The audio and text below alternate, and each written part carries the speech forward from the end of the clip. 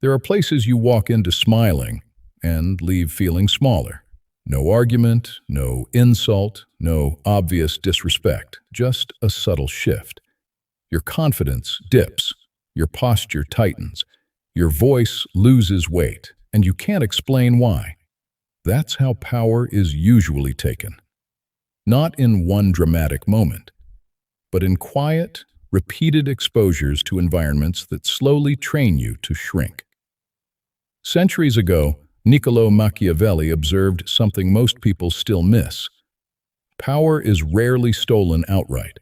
It is eroded, strategically, psychologically, by the rooms you spend time in. Tonight, we're not talking about enemies. We're talking about the 6 places that slowly drain your power without you noticing. And once you recognize them, you'll never enter them the same way again. 1. The room where you're always explaining yourself. There's a specific kind of room. It could be a workplace, a group chat, a family dinner. Nothing explosive happens there. No shouting, no obvious disrespect. But in that room, every decision you make feels like it's on trial. Why did you choose that? Why didn't you call? Why are you doing it that way? Are you sure that's smart?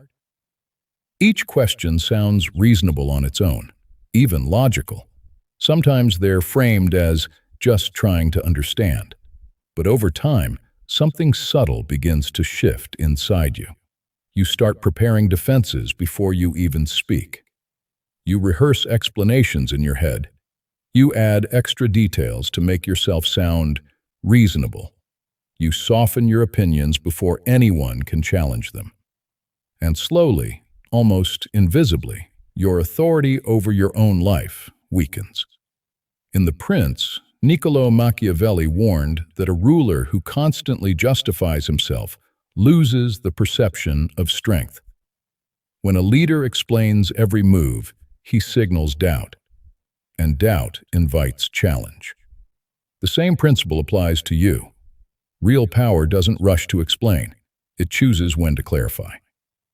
There's a difference. Clarifying is calm. Explaining is defensive.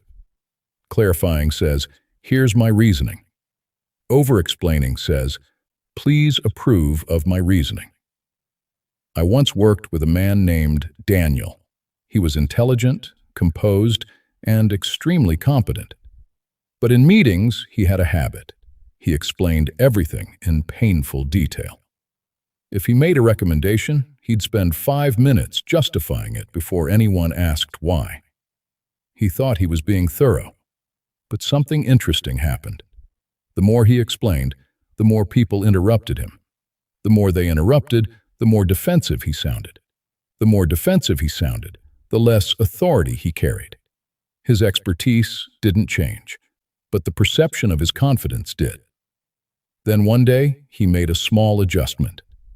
He answered questions in fewer words. He stopped pre-defending his decisions. When challenged, he paused instead of rushing to fill the silence. That pause changed everything. People leaned in. They stopped interrupting. They nodded more. The room didn't change. His relationship to it did. When you constantly explain yourself, you are negotiating your own legitimacy. You're subtly asking for permission to exist the way you already are. Power does not beg to be understood. It accepts that not everyone will agree. It allows misunderstanding when necessary. You are not required to justify every boundary. You are not obligated to defend every choice. You do not need unanimous approval to move forward. If a room constantly demands your justification, ask yourself a harder question. Is this curiosity or control? And if you find that you leave that room feeling smaller, quieter, less certain than when you entered, it may not deserve your energy, because the strongest presence in any room is not the one speaking the most. It's the one who knows they don't have to. 2. The environment where gossip is currency. Some environments run on ideas, others run on performance. and some run on gossip. You can feel the difference within minutes. In these places, conversations rarely center around growth or solutions. Instead, they orbit around people. Who did what? Who said what? Who's failing? Who's cheating? Who's falling apart behind the scenes? It can feel harmless at first, even intimate. There's a strange bonding that happens when someone leans in and lowers their voice. It feels like access, like insider knowledge. But what you're actually participating in is an unspoken agreement. We survive here by dissecting others. And that agreement changes you. Gossip trains your nervous system in a dangerous way. It teaches you that safety comes from staying small, that attention is earned by exposing someone else, that proximity to drama equals belonging. You start scanning for stories instead of solutions. You listen for flaws instead of strengths. You measure your security by how much you know about others. And here's the hidden cost. When you speak in gossip-heavy environments, people subconsciously assume you'll speak about them too. It doesn't matter how loyal you think you are.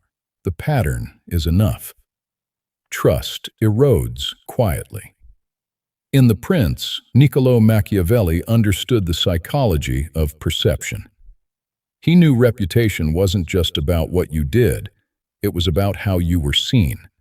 And once people associate you with instability, disloyalty, or loose speech, your influence weakens. When you engage in gossip, you borrow short-term validation at the expense of long-term authority. It feels good in the moment. You're included. You're informed. You're connected. But you are also shrinking. Think about it carefully. The most powerful person in the room is rarely the one whispering. They listen. They observe. They say little. Their restraint creates gravity. Years ago, I watched two co-workers handle conflict in completely different ways. One vented to anyone who would listen, built quiet alliances, shared detailed stories about how unfair everything was. People sympathized. They nodded. They agreed. The other stayed calm, said almost nothing publicly, handled issues directly and privately. Guess who got promoted? Not the louder one, the calm one. Because leaders don't trust people who can't hold information. Authority requires discretion. Influence requires emotional control. If you spend too much time in spaces where gossip is normal, your standards quietly drop. Your speech becomes reactive. Your focus shifts outward instead of inward. And over time, something even more dangerous happens. Your inner discipline weakens. You lose the habit of guarding your words. You lose the muscle of self-restraint. You lose the power that comes from silence. Leave rooms where gossip is entertainment. They are not just discussing others. They are training you, and slowly, subtly, they are training you to become smaller than you are meant to be. 3. The relationship where you feel slightly on edge. Not abused, not attacked, not openly disrespected, just slightly tense. You monitor your tone before you speak. You predict reactions before you share an opinion. You rehearse simple conversations in your head. You laugh, but your shoulders stay tight. You relax, but only halfway. From the outside, everything looks fine. There are no dramatic fights, no obvious red flags. If someone asked, you'd probably say, "It's good. We're good." But your nervous system tells a different story. This is one of the most dangerous power drains of all precisely because it doesn't look toxic. It looks normal, and subtle tension is easy to justify. They're just passionate. They've had a stressful week. I just don't want to start anything. But when you are constantly adjusting yourself to prevent conflict, you are living in quiet self-suppression. You begin trimming your personality, softening your intelligence, reducing your ambition. Not because you lack confidence, but because you're managing someone else's emotional instability. In The Prince, Niccolò Machiavelli wrote about the tension between fear and love in leadership. His point was simple. When fear dominates, genuine loyalty disappears. In personal relationships, the principle still applies. If someone's unpredictability makes you cautious, then safety is already compromised, and power requires internal stability. When your body is always preparing for emotional turbulence, your energy shifts from expansion to protection. You stop thinking about growth. You start thinking about damage control. That shift is subtle, but it changes everything. I once had a friend who dated someone unpredictable, not cruel, not violent, just reactive. Small disagreements turned into heavy moods. Honest feedback triggered defensiveness. Playful debates escalated into tension. At first, she adjusted out of maturity. Then, she adjusted out of habit. She stopped sharing her bigger ambitions, stopped debating ideas she cared about, stopped disagreeing openly, not because she agreed, but because she didn't want the friction. Over time, her personality became quieter. Her energy became cautious. Her world shrank, not dramatically, but gradually. The most dangerous power drains are the ones that feel manageable. You convince yourself you can handle it, that it's not that bad, that every relationship requires compromise. And it's true, compromise is healthy. But chronic self-editing is not compromise. It's erosion. When you consistently suppress your natural reactions to maintain emotional peace, your self-trust weakens. You begin to doubt your instincts. You question whether your needs are too much. You internalize the tension instead of addressing it. And once that becomes normal, you forget what ease feels like. Ask yourself honestly, where do I feel slightly on edge? With whom do I monitor myself more than I express myself? Your body rarely lies. The place where you feel that quiet tension, that low-grade anxiety, is shaping you more than you realize. Because environments don't just influence behavior, they sculpt identity. And if you stay too long in a relationship where you must shrink to stay stable, you won't just lose comfort. You'll lose parts of yourself. Power begins with the ability to be fully present without fear. If that's missing, something important is already being drained. 4. The workplace that rewards politics over competence.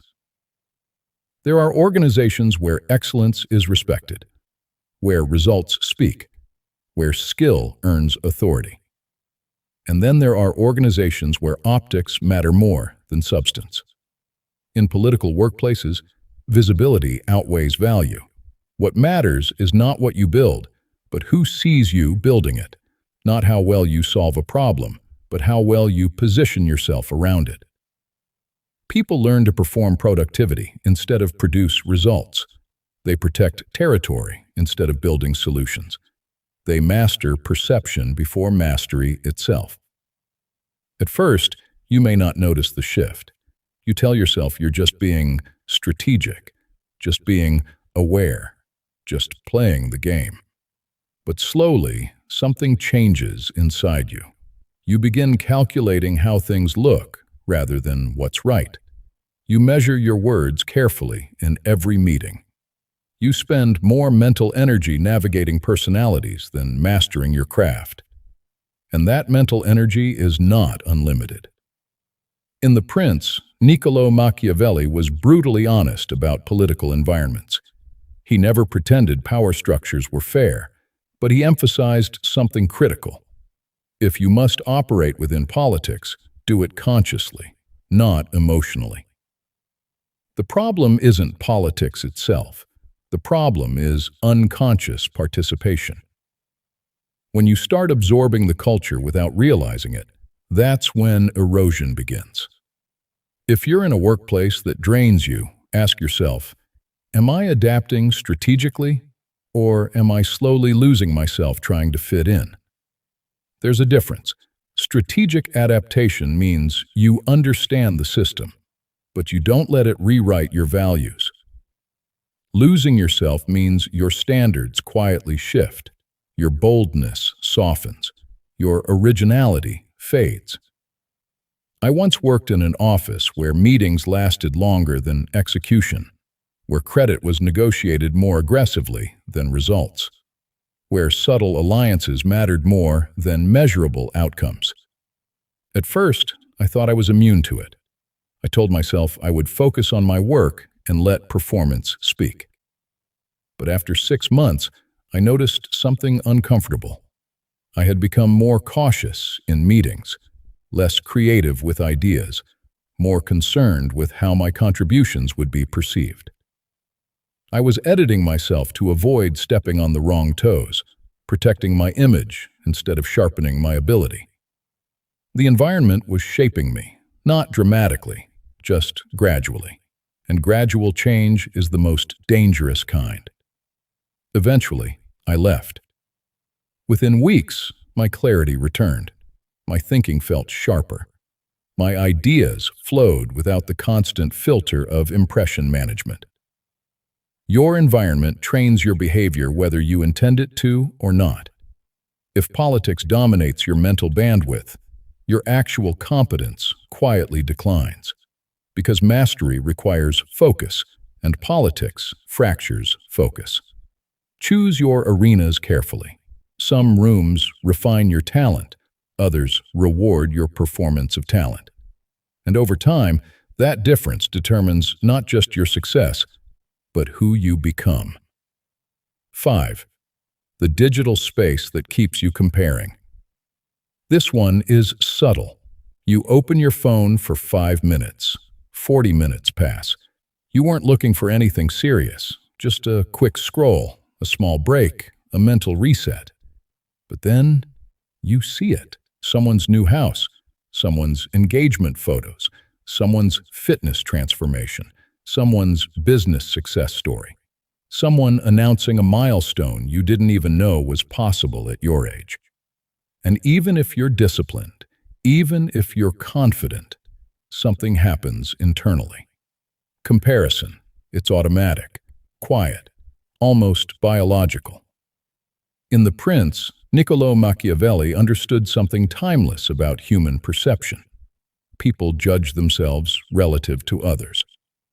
In the Renaissance courts of Florence, status comparison shaped alliances, rivalries, and power shifts. Who was rising? Who was falling? Who was gaining influence? Today, the court isn't physical. It's digital, and it's algorithm-driven. Digital spaces can become modern courts of comparison, curated arenas where everyone appears ahead, optimized, and thriving. You're not seeing their full reality. You're seeing their highlights. But your nervous system doesn't process it that way. It processes it as competition. If you spend too much time there, your focus quietly shifts from building to measuring. You stop asking, what do I want to create? And start asking, how do I rank? Am I behind? Am I visible enough? Am I impressive enough? Those questions feel productive. They feel motivating. But most of the time, they fracture your concentration. And power requires concentration. When your attention is scattered across other people's timelines, your own timeline weakens. When you constantly measure your progress against others, your goals become performative instead of personal. You begin optimizing for applause instead of alignment. I once took a month-long break from social media, not because it's evil, not because it's inherently destructive, but because I noticed something uncomfortable. My thinking felt noisy. Even when I wasn't online, I was mentally referencing what I'd seen. After a few weeks offline, something shifted. My thoughts became quieter. My goals felt personal again. My ambitions felt less like announcements and more like commitments. I wasn't thinking about how things would look. I was thinking about how they would feel. Digital comparison drains power by fragmenting your attention. And attention is your most valuable asset. It determines what you build, what you believe, what you become. If you don't guard it, it will be shaped by whatever captures it most aggressively. Use digital spaces deliberately. Enter with intention. Leave with awareness. Because if you don't choose how you engage, the algorithm will choose for you. And slowly, quietly, you'll find yourself measuring a life you were meant to be living. 6. The place where you pretend to be smaller. This is the most painful one, because it doesn't feel like pressure from enemies. It feels like pressure from people you know, people you care about, people you don't want to outgrow. It could be a family dynamic, a friend group, a cultural expectation that quietly defines how much success is acceptable. It's the place where you downplay your growth to avoid making others uncomfortable. You laugh off achievements. You avoid mentioning progress. You soften your ambition. You shrink your voice in conversations where you could easily stand tall. Not because you're insecure, but because you sense envy, or resistance, or subtle hostility hiding behind jokes. In The Prince, Niccolò Machiavelli warned that rising individuals often provoke quiet opposition. Not because they are wrong, not because they are immoral, but because growth disrupts equilibrium.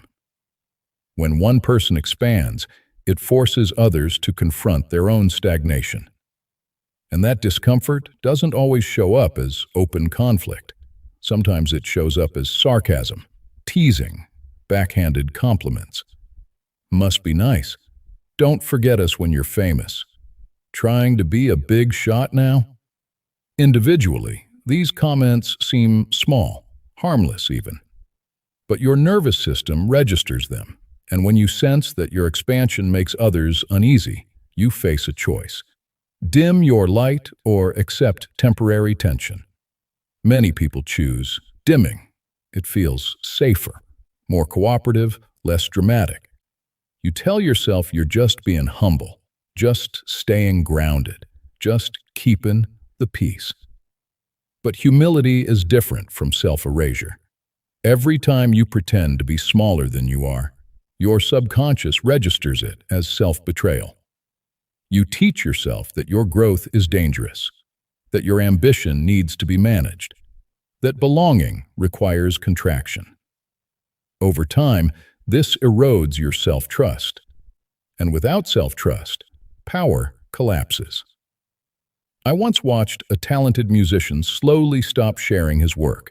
He was disciplined, creative, and genuinely gifted. But his friends joked constantly about him trying too hard or taking it too seriously. He laughed along, said it didn't bother him. But he stopped posting his songs, stopped performing publicly, stopped talking about his goals.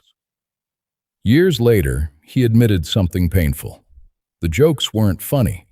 They were subtle attempts to keep him average. Not malicious, just insecure. And instead of confronting it, he chose comfort. Not all power drains are hostile. Some are disguised as humor. Some are wrapped in familiarity. Some are reinforced by people who don't even realize what they're doing. If you are constantly shrinking to maintain harmony, you are paying for belonging with your potential. And that price is too high. The right rooms will stretch to accommodate your growth. The wrong ones will ask you to shrink. Choose carefully, because your future will expand only to the degree that you allow yourself to. Look at your life honestly. Where do you feel lighter? Where do you feel heavier? Where does your voice strengthen? Where does it soften unnecessarily? Environments either amplify you or dilute you. There is no neutral space. The most strategic move you can make this year is not working harder. It's choosing better rooms. Because your power is not something you generate from scratch every day. It is something you protect. Machiavelli understood courts and kings, but his deeper insight applies to all of us. Power is fragile when you are unaware, unshakable when you are conscious. So walk into every room this week with one quiet question. Is this place strengthening me or slowly draining me? And if you're honest with the answer, your life will begin to change. Not dramatically, but strategically. And that is how real power grows.